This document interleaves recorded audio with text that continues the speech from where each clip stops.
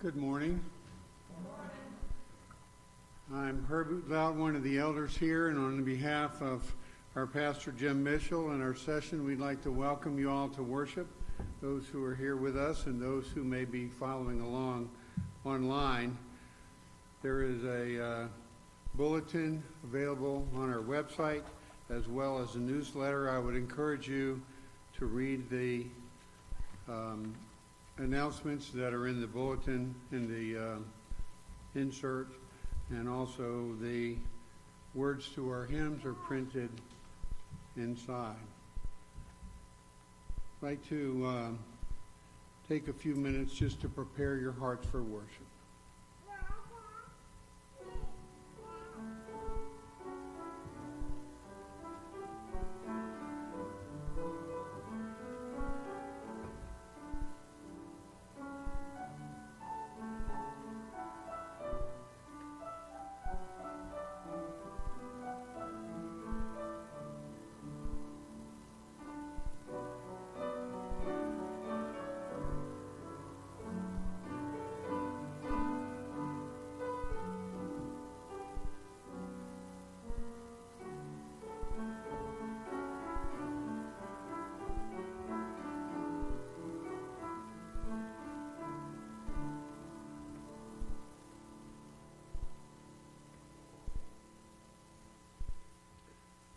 Our call to worship this morning is taken from the Gospel of John, chapter 10, and reading verses 7 through 18. John 10, verses 7 to 18. So Jesus again said to them, "Truly, truly, I say to you, I am the door of the sheep. All who came before me are thieves and robbers, but the sheep did not listen to them. I am the door. If anyone enters by me, he will be saved and will go in and out and find pasture. The thief comes only to steal and kill and destroy. I came that they may have life and have it abundantly. I am the good shepherd. The good shepherd lays down his life for the sheep. He who is a hired hand and not a shepherd, who does not own the sheep, sees the wolf coming and leaves the sheep and flees, and the wolf snatches them and scatters them. He flees because he is a hired hand and cares nothing for the sheep. I am the good shepherd. I know my own, and my own know me, just as the Father knows me, and I know the Father. And I lay down my life for the sheep. And I have other sheep that are not of this fold. I must bring them also, and they will listen to my voice.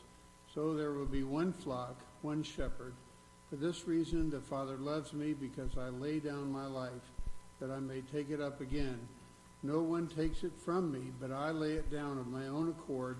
I have authority to lay it down, and I have authority to take it up again. This charge I have received from my Father."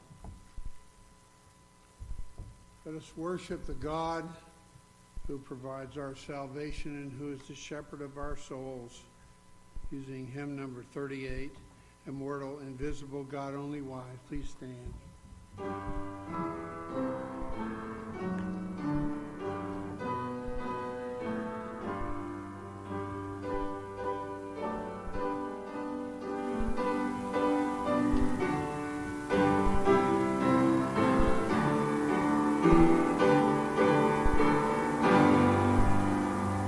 Immortal, invisible, God only wise, in light inaccessible, hid from our eyes. Most blessed, most glorious, the Ancient of Days, Almighty, victorious, thy great name we praise. Unresting, unhasting, in silent desire, nor wanting, nor wasting, thou rulest in light. Thy justice like mountains, thy soaring above, thy clouds which are fountain of goodness and love. Great Father of glory, pure Father of light, thy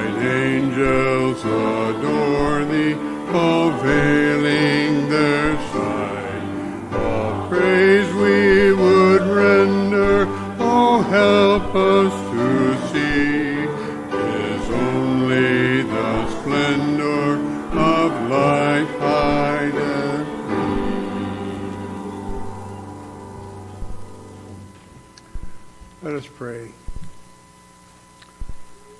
O God, our Father, immortal and invisible, the only wise God, we come together this morning to offer you praise.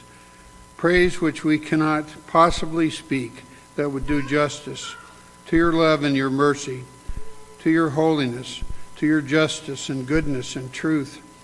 Lord, be with us now by your Spirit. Enliven our hearts with your word. May our songs and our prayers rise before your throne and give glory to you. We pray that you would be with our pastor today by your Spirit, Lord, that he would be preaching the word and that it would be received by our hearts. So, Lord, we pray this all in the name of our Lord Jesus Christ, who taught us to pray, saying, Our Father, who art in heaven, hallowed be thy name. Thy kingdom come, thy will be done, on earth as it is in heaven. Give us this day our daily bread, and forgive us our debts, as we forgive our debtors. And lead us not into temptation, but deliver us from evil. For thine is the kingdom, and the power, and the glory forever. Amen. Our confession of faith is taken from the Heidelberg Catechism, question 60. We'll read the question and we will read in unison the answer from your bulletin. How are you righteous before God? Only by true faith in Jesus Christ. Although my conscience accuses me that I have grievously sinned against all God's commandments, have never kept any of them, and am still inclined to all evil. Yet God, without any merit of my own, out of mere grace, imputes to me the perfect satisfaction, righteousness, and holiness of Christ. He grants these to me as if I had not committed any sin, and if I myself had accomplished all the obedience which Christ has rendered for me. If only I accept this gift with a believing heart. Please be seated.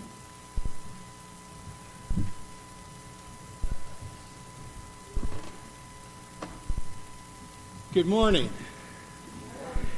Well, in our scripture this morning in Colossians chapter 3, verse 20, it says, Children, obey your parents in everything, for this pleases the Lord.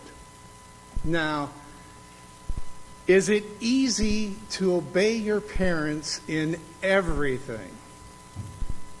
I know for me it wasn't.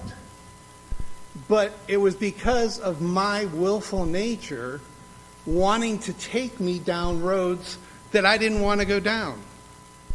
It was one of those that it was not what God wanted, because God put parents in my life to guide me. And when it says obey, it doesn't say just when you feel like it. You know, it says in everything.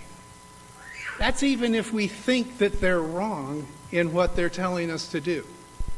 Now that's hard when you're a child. But you know what it also means? That when you get older, you still need to honor your parents. You still need to remember that they are the ones the Lord put in your life to lead, guide, direct, and grow you in Christ. And whatever you can do to honor your parents, you should do. And the best thing you can do is listen to them and obey them, because they usually know best. Let's pray. Dear Heavenly Father, we are your children. We look to you as our Father, as we look to our parents.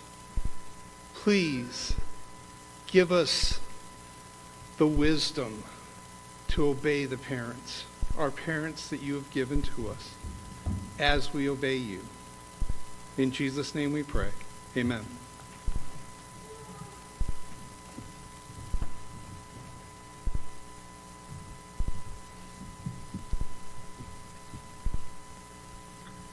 Our scripture reading this morning is taken from Hebrews chapter 13 and verses 1 through 21. Hebrews 13, verses 1 through 21. Let brotherly love continue. Do not neglect to show hospitality to strangers, for thereby some have entertained angels unawares. Remember those who are in prison, as though in prison with them, and those who are mistreated, since you are also in the body. Let marriage be held in honor among all, and let the marriage bed be undefiled, for God will judge the sexually immoral and adulterous. Keep your life free from love of money, and be content with what you have, for he has said, I will never leave you nor forsake you. So we can confidently say, the Lord is my helper, I will not fear.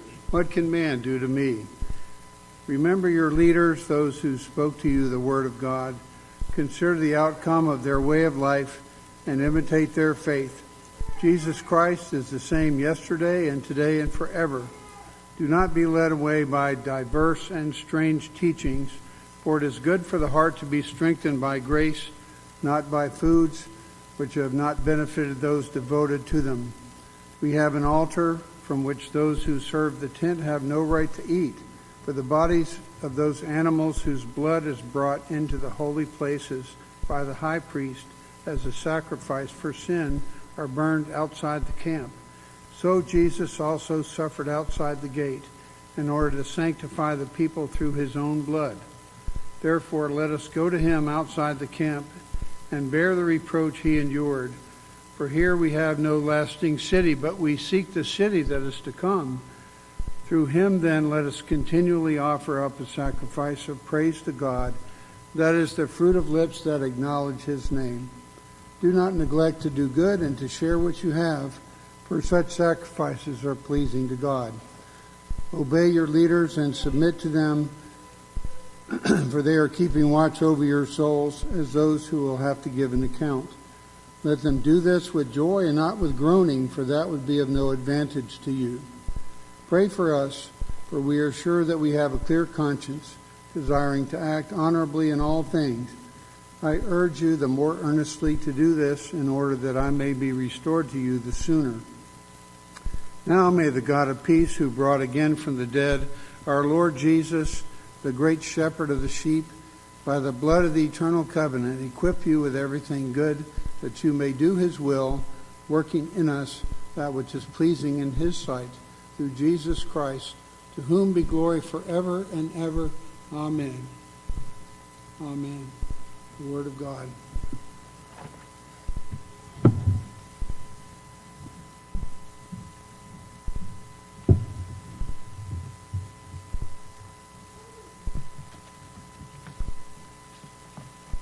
Let us pray together.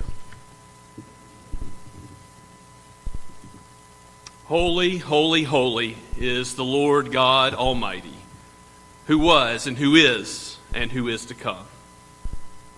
Oh, Father, we bow before you as our great Creator, our rock and our fortress. You are a shield to your people, for your covenant love is from everlasting to everlasting. You do not treat us as our sins deserve, but instead you graciously pardon. With loving kindness, you blot out our transgressions and remove them as far as the east is from the west. O Lord Christ, we thank you as the one mediator between God and man, that you left the glories of heaven and that you knew suffering. You knew what it was to be mistreated and despised. And you suffered for our sake. You underwent the punishment for our sin. And by your stripes we are healed. O Holy Spirit, we thank you for your indwelling power, that we have not only been given freedom from sin in our standing before the throne of Christ, but also we have a new freedom in the way of life that we have now. You are renewing us in the image of the Son more and more for your glory. Help us, we pray. Help us, forgive us, and strengthen us in your ways, in your law, in your character. Lead us in the way everlasting. We thank you, O God, that you have made us a people, that you have not left us alone to live the Christian life. And we thank you for all those of your flock throughout the whole world, of every nation, tongue, and tribe that have gathered together today. And we thank you for those who are with us online.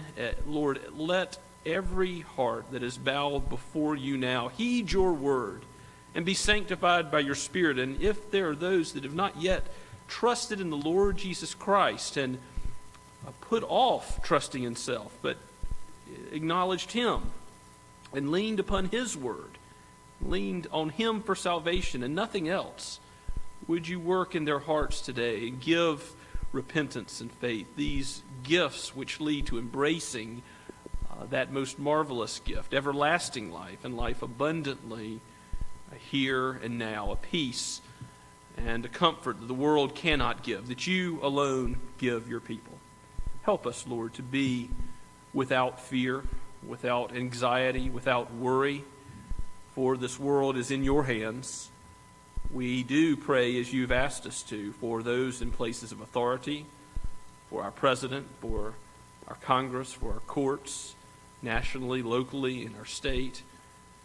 We also ask, Lord, that you would give us safety. We know that our bodies, our material welfare, our jobs, our employment is all in your hands. And so we ask that you would be gracious to us, and even as you bring suffering at times in our lives through illness and through other difficulties, perhaps difficulties in relationships, we know that you do these things for your ultimate purpose, which is to glorify yourself and to lead us in the way that is good for your glory and for our sanctification. Lead us all the way home. You who have begun this work in us, aid us still. Father, we thank you for every member of this congregation and pray for your care over those who are suffering now. We remember those who mourn the loss of loved ones. We pray for the Johannesmeyer family and the Gellard family particularly. Lord, strengthen Sandy Hall in her illness, and also be with her brother. Be with Gay and Larry, and Father, give them continued healing. Be with Rich Troutman in Pennsylvania and heal his body, even as he has a surgery planned for this Thursday. Lord, let it be successful, that his lungs will be free from any malady or infection. Father, let the doctors have skill and wisdom in that. Be with little Zoe and her continued treatment. We thank you for the great success she's had, and keep her safe. Guard and protect her. Be with Josh and the whole McCamey family.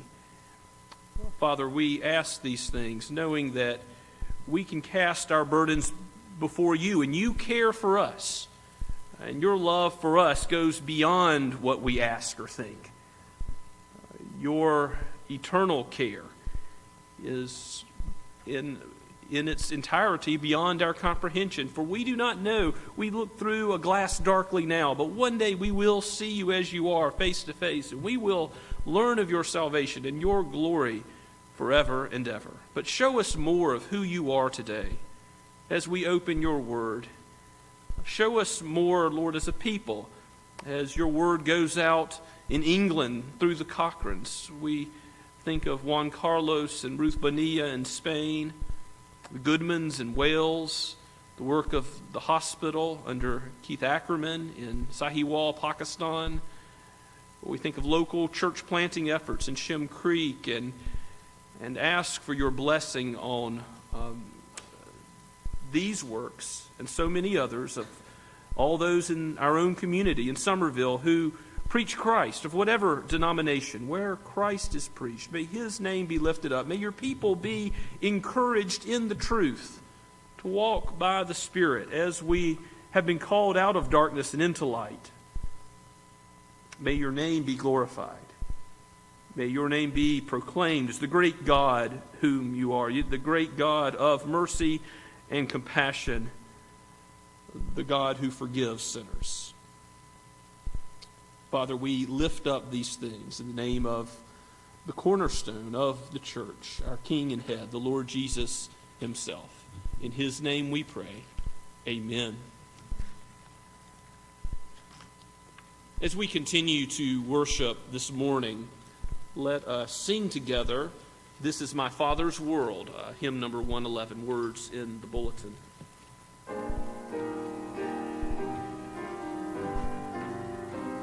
Let's stand as we sing. This is my Father's world, and to my listening ears, all nature sings, and round me rings the music of the spheres. This is my Father's world, my rescue.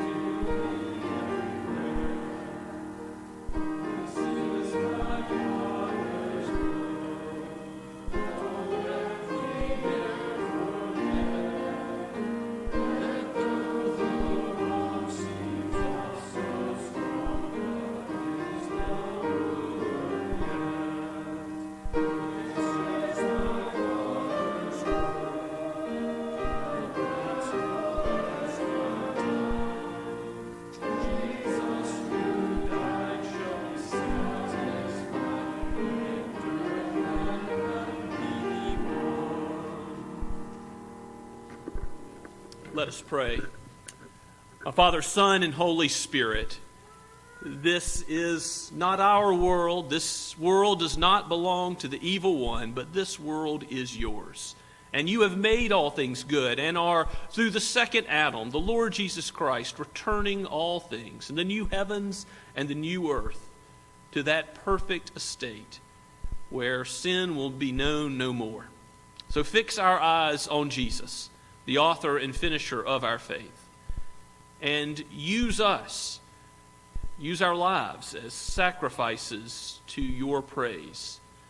Let our minds be transformed, not conformed to this world, but transformed by your word to love you and to love our neighbor through the preaching of the gospel, through deeds of love and mercy, through Christian fellowship and hospitality. Lord, use these tithes and offerings as we seek to do your will, not that any man or denomination or even local church body would be glorified, but that your name would be glorified, that your kingdom would increase. For we pray all this in Jesus' name. Amen.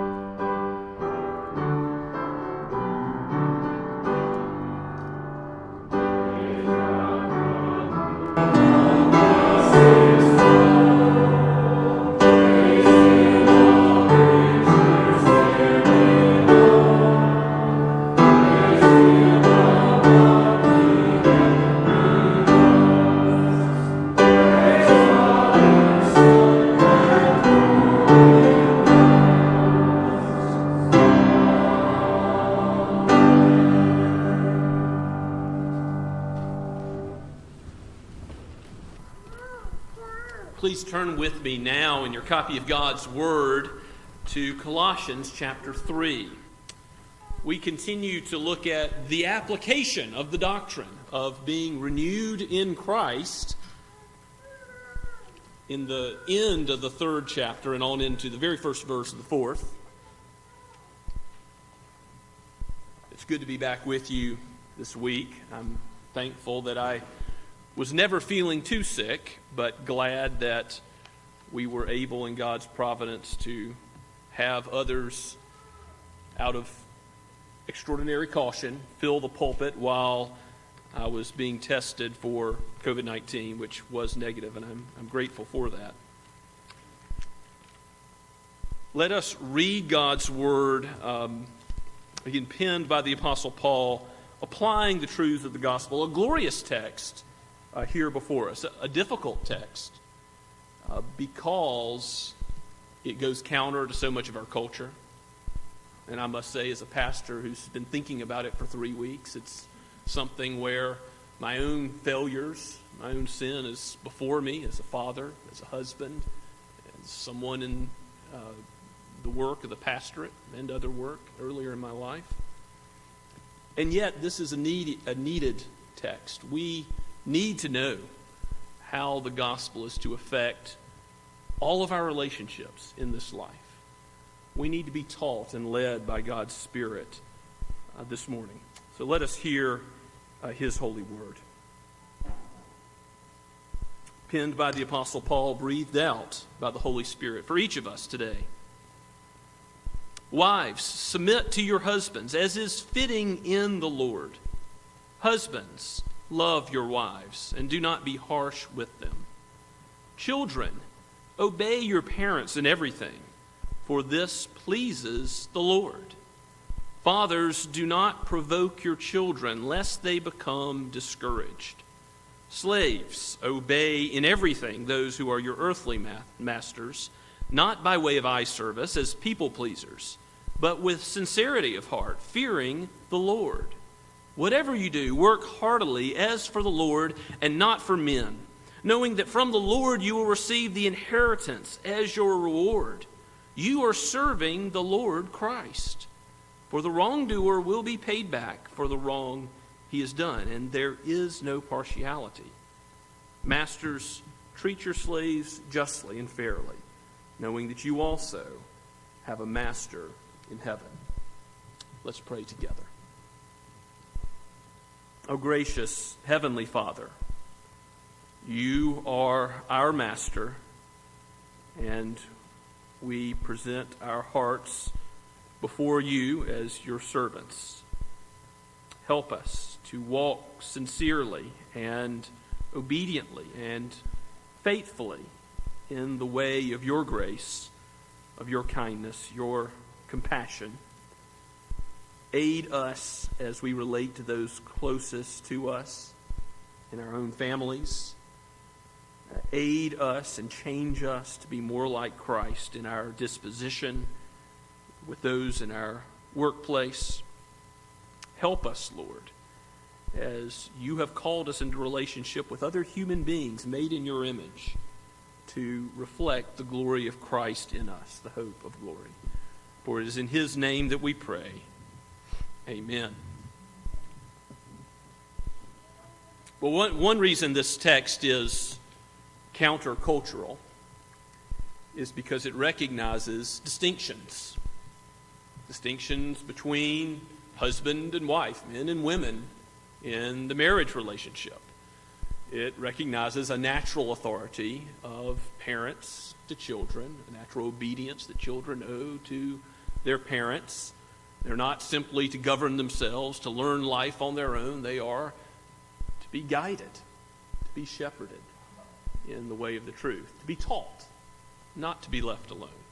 And, of course, the discussion between masters and slaves, to modern ears, some misunderstand what's really being discussed. It's more akin to a bondservant, someone who works for a set period of time and then is released from that servitude. And many times in the Greco-Roman world, people would sell themselves into slavery because that was their best option. And It's not exactly like American chattel slavery and the man-stealing that was involved in bringing people over from another continent and ripping them away from their families. And there are instances of harsh treatment of slaves, and definitely worse conditions in the Greco-Roman world, but those are not the norm. The norm was something more akin to the bondservant. So you have to understand what Paul's talking about. But even if the master-servant relationship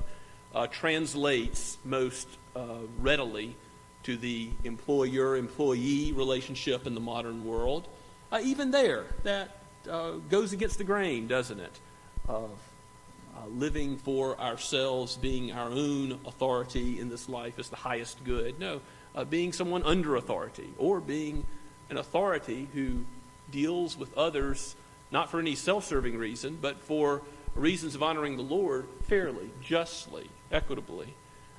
This goes against the grain of our world. We are not to look out for number one. We are not to live for ourselves, but we are to live for God's glory and to love others. And love is always other-oriented in whatever place under authority or in authority that we find ourselves.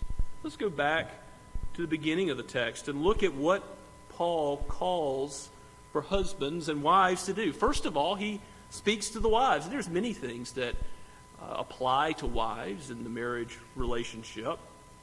But here, Paul does want to stress that wives are to submit to their husbands, as is fitting in the Lord. Now, you see in wedding vows today, many times the older language of submission being left out of the wedding vow, and it being a more egalitarian vow, promise to love, a promise to love. And of course, there is a mutual promise to love.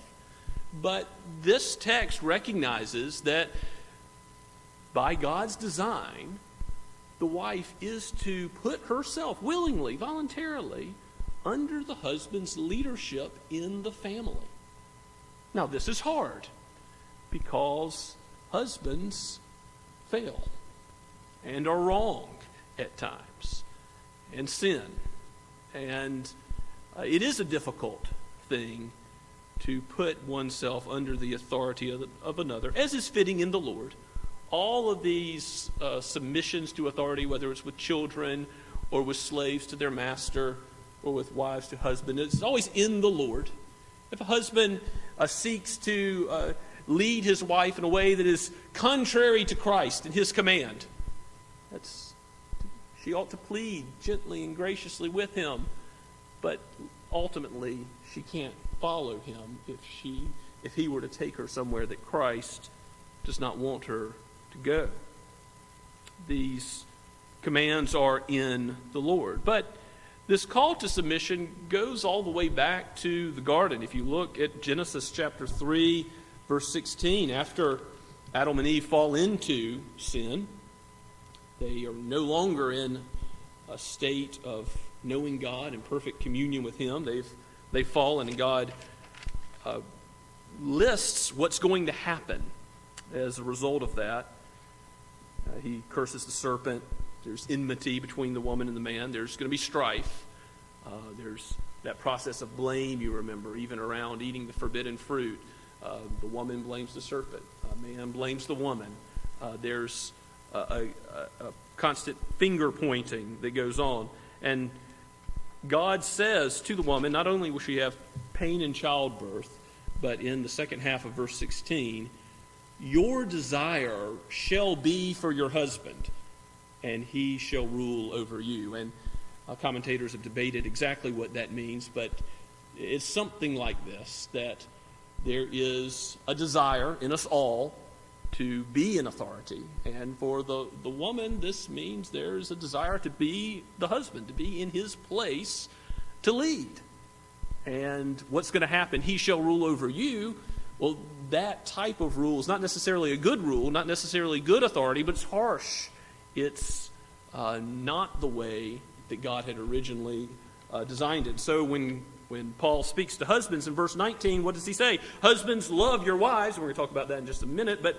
And do not be harsh, because this is the proclivity of the man in the marriage relationship to crack the whip, to be discouraging, to too often not exercise gentleness and kindness in his authority, in his duty, because with authority comes responsibility, in his duty to love his own wife. So, if you'll turn with me to Ephesians chapter 5, where Paul expounds on the same subject, let's talk about what it means for the husband to love his wife. You know this text, I trust, this glorious picture of Christ and the church related to the husband and the wife. We're not going to talk about all of it today, but let's look starting at verse 25. Husbands, again, Ephesians chapter 5, verse 25. Husbands, love your wives as Christ loved the church and gave himself up for her. And just to stop there, the expectation for Christian love is a self-sacrificial love, is it not? Because Christ, how did he love the church? He didn't count the glories of heaven as something to be held on to and grasped, but he became man, and he suffered, and he was unfairly treated. He was tormented as a criminal. He underwent the wrath of God, not for any sin he had done. He was the only innocent man, but he underwent all this for our sake, because he loved us, because he called us out of darkness into his own kingdom, into his people, his church. So husbands are called to self-sacrificially love their wives. And that might mean giving up some time at work, because you need to work. There's a necessity for that to take care of the family, but life isn't all about work. There's perhaps a need to give up some time with a hobby. There's value in having hobbies and recreation.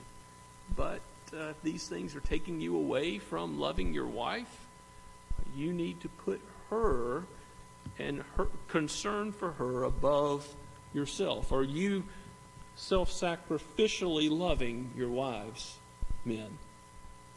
Paul goes on to say that the purpose of Christ giving himself up for the church in verse 26 is that he might sanctify her, having cleansed her by the washing of water with the word. So you're not only seeking your wife's material welfare, you're seeking her spiritual welfare. Isn't that what Christian leadership is about? Isn't that what being a man is about? Being strong and courageous, to lead your wives in the truth, to pray with your wife, and to encourage her to follow God and his word, and to use her gifts for his service.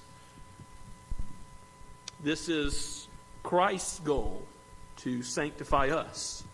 And so we are to aid our wives in the same way, so that ultimately, Paul says in verse 27, that Jesus may present the church to himself in splendor, without spot or wrinkle or any such thing, that she might be holy and without blemish. What concern Christ has for his bride, the church.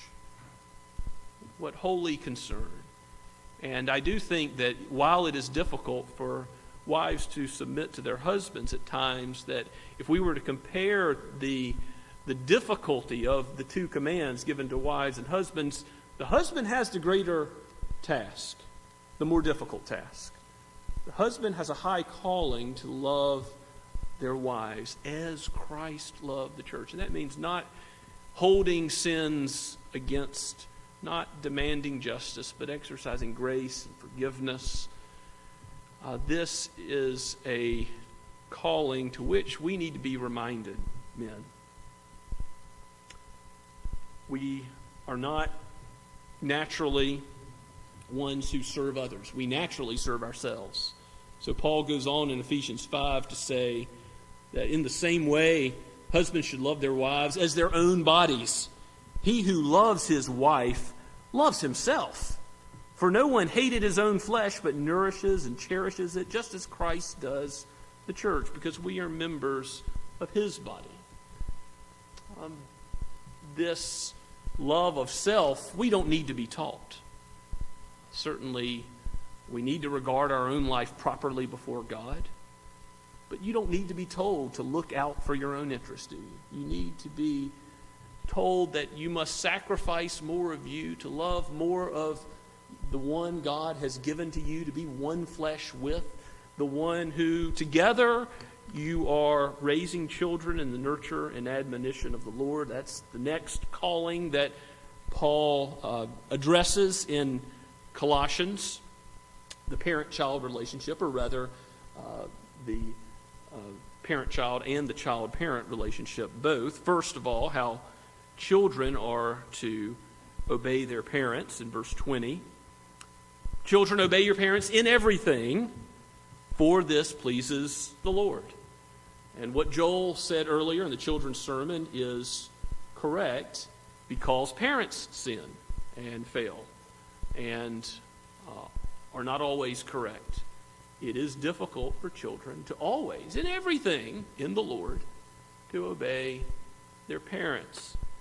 So we need this reminder. And we should remember that this is the first command that comes with a promise in the Ten Commandments. In Exodus 20 and Deuteronomy 5, where they're recounted again, the fifth commandment, to honor your father and mother.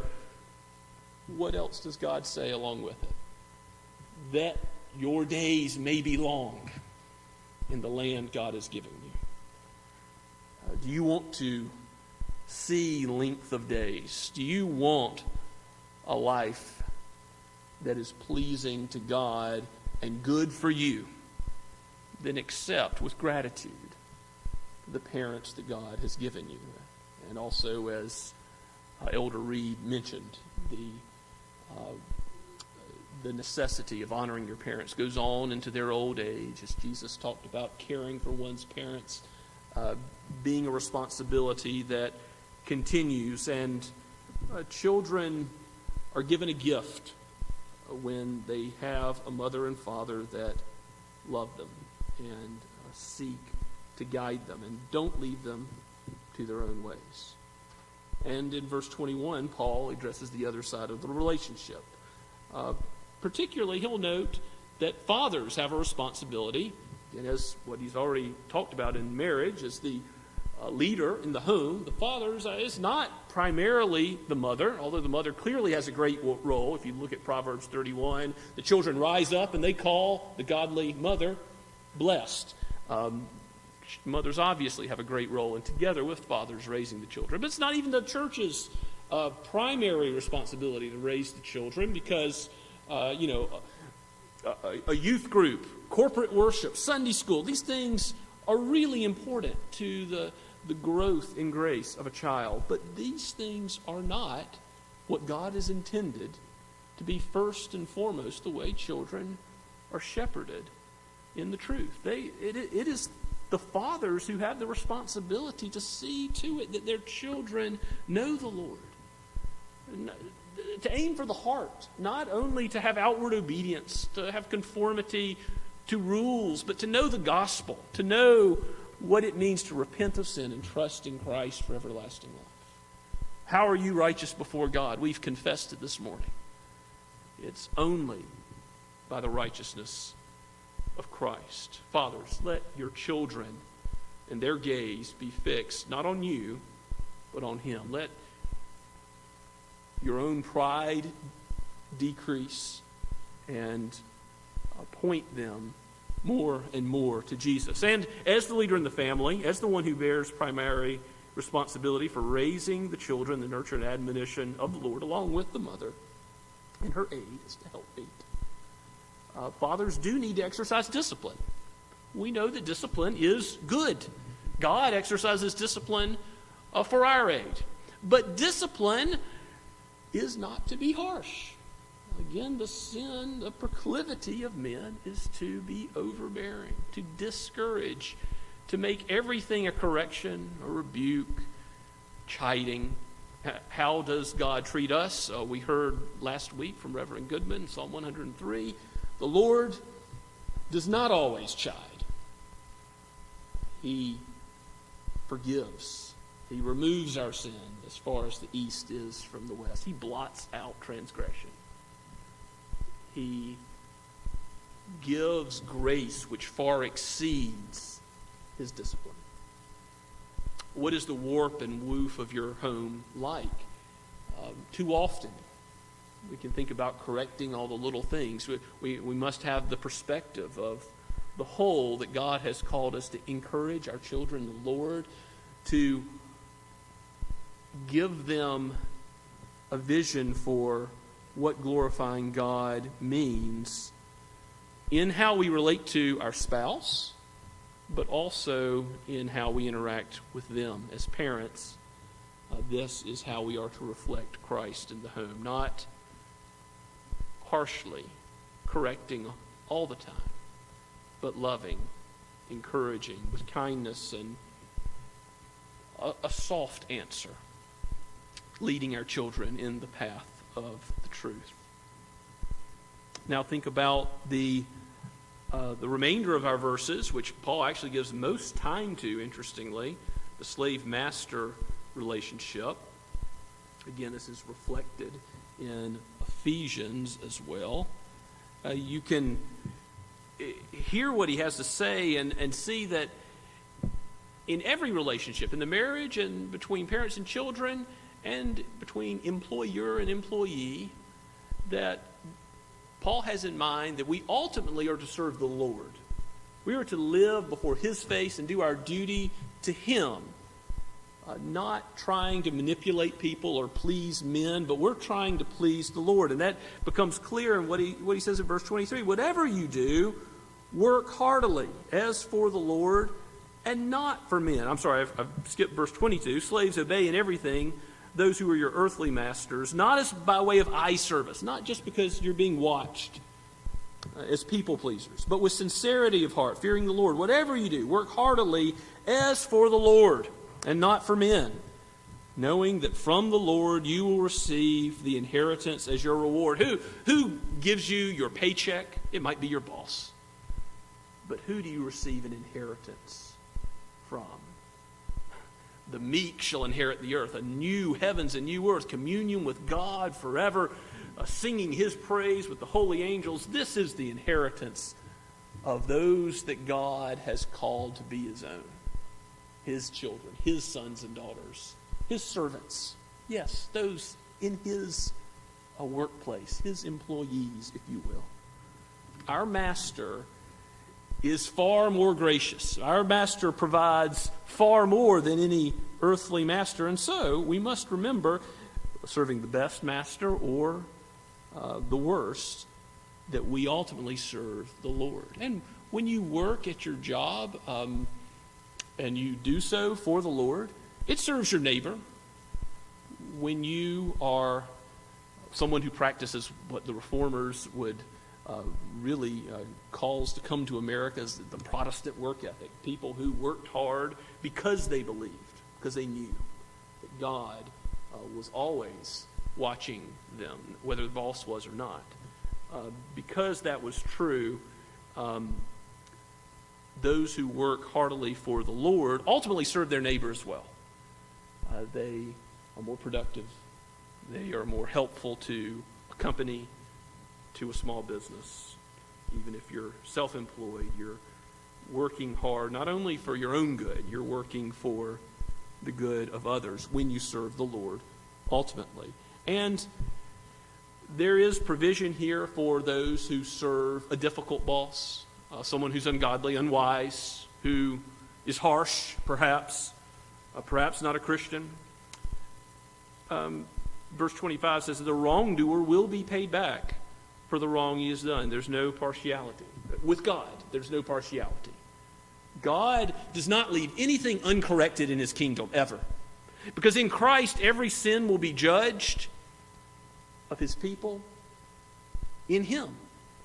And otherwise, every sin that's not judged in Christ, in the cross, will be taken on by the sinner themselves. Look with me to 1 Peter chapter 2, please. 1 Peter chapter 2 states this so well.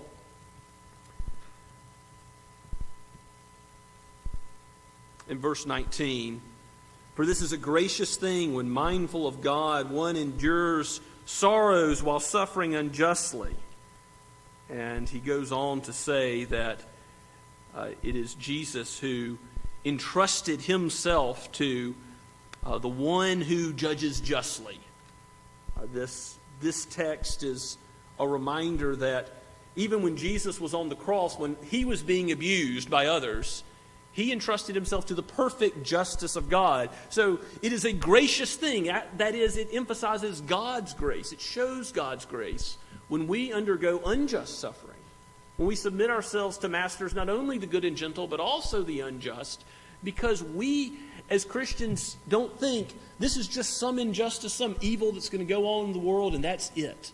They're going to get away with it. No, God is a God of justice, and every sin will be corrected either in Christ or on the back of the sinner themselves. He is the God who just judges justly, and as Christ suffered unjustly and entrusted himself, so also ought we.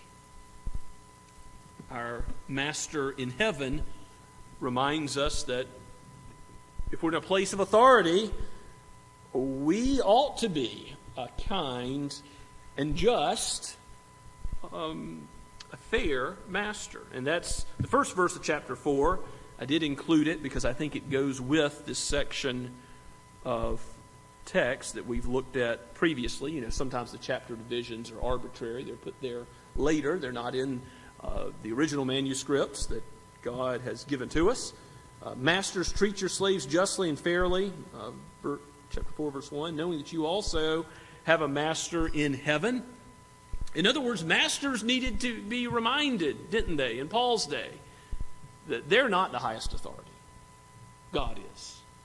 They serve another. If they are his, if they are in a different position than a bond slave, they are to treat those under their care with the same care as befits a disciple of Christ, not abusing others for earthly gain, but remembering that there is a master in heaven before whose face we all live.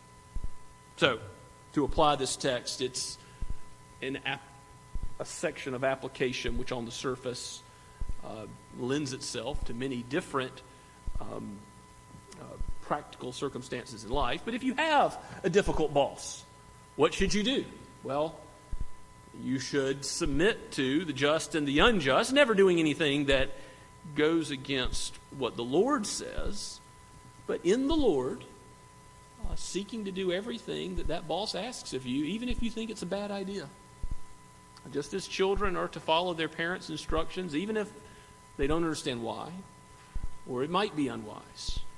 It's not a request to sin. We ought to submit ourselves even to an unwise boss or leader, and you could apply this to the civil realm. Certainly there's enough unwise leadership to go around in this world. You could apply it to the realm of the church as well. You're given under-shepherds, and under-shepherds are but men. They err and fail and sin at times. And God has yet given you these shepherds to care for your soul. And we read earlier in Hebrews about the responsibility we have to give an account before the Lord for our under-shepherding under Christ, and also the responsibility of every member of the body to, in the Lord, submit to those under-shepherds that God has given them. By the way, this is a principle of the local church that's clearly taught in Scripture. We need to be Christians, not just in the abstract, but connected to the body. The Scriptures clearly teach it. The benefits are that we have a particular connection to one another and to particular leaders, to particular elders and deacons in the Lord. That's a good thing. We need to remember that when there is failure. Because when there is failure, the Lord has not failed. The Lord is still guiding and shepherding his people. And also, if we are in the position of leadership in the church, in the civil realm, or in the workplace, let us remember that we serve a master who is in heaven, and conform ourselves by the Spirit's power and grace to his image more and more. In the home, we have to recall that Our children know us well. They read us like an open book. Our spouses know us better than others do. We might fool others, but the home is where the gospel really is the acid test. Does it come into play or does it not? Does it change who we are? Are we going to ask for forgiveness? Are we going to admit failures and faults? Are we going to lead our children in the truth? Are we going to lead our spouses, men, as Christ loved the church? Are we going to treat them with the fruits of the Spirit? And I can say this for all relationships, as we're all called to represent Christ as Christians to one another. Are we exercising love, joy, peace, patience, kindness, goodness, faithfulness, gentleness, and self-control? That summary of the Spirit's activity in our lives, in our relationships with one another, husbands and wives, parents and children, employer and employee. Is that true in the home? I think often what happens is we become self-focused. We wallow in self-pity. We think, here's what we need. Here's what we demand. For our happiness, this is what we want. And then we don't get it out of our child or out of our spouse. And by becoming self-focused, what has happened to love and serving another and self-sacrifice and the glory of God? It leads down a path which is away from the Lord, which is away from our peace and comfort and happiness and long days in this life. We're to love God. We must overcome the temptation to merely respond to others. We can't change someone else's heart. So if our parents sin, if our children sin, if our spouse sins, we might think we have a right to be angry, like Jonah. No, we don't have a right to respond to sin with sin. We have an obligation to live before God for His glory. And sometimes that means He places us in difficult circumstances, in relationships that are hard, where there's a rebellious child, where there's difficulty in loving a spouse, in forgiving a spouse, in shepherding a spouse. There's an opportunity with those difficulties to exercise patience, to be kind and compassionate as God would have us to, not to be harsh, but to live as befits a Christian, because He has not given us anything except that which He will use for His glory and our good, including the trials. And when relationships are hard, that's when we need to remember most of all that God has called us to live a renewed life, to live according to His word, not according to the flesh, not according to the easy way, not according to what comes naturally, not according to what serves us first, but to serve God and thereby to serve one another. Let's pray together. Father, we ask for your help. Our sin is before us, before you in its full extent, but we know our own failings. We know our own weakness. And yet we also know something of your Spirit's power by your grace. We know the forgiveness that there is in Christ, and we thank you that He has treated us in a way we have not deserved. Help us to treat one another as Christ has treated us, to live by the Spirit, to walk by the Spirit as your disciples, for you are our master. Let sin master us no more, but let us follow you all of our days for your praise and for your glory. We ask it in Jesus' name. Amen. As we respond to God's word, let us sing together, "We Are God's People." Let's stand.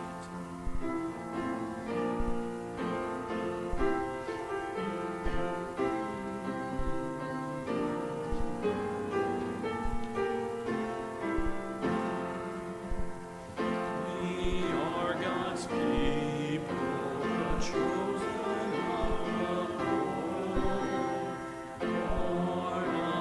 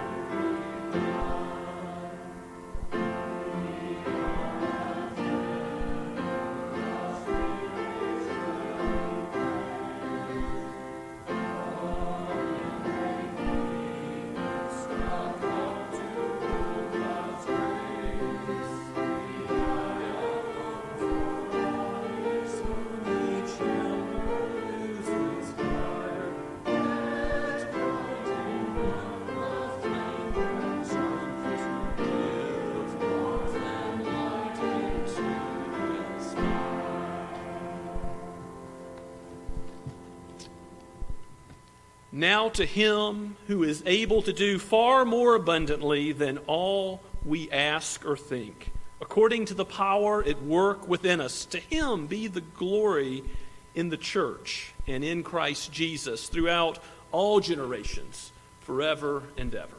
Amen.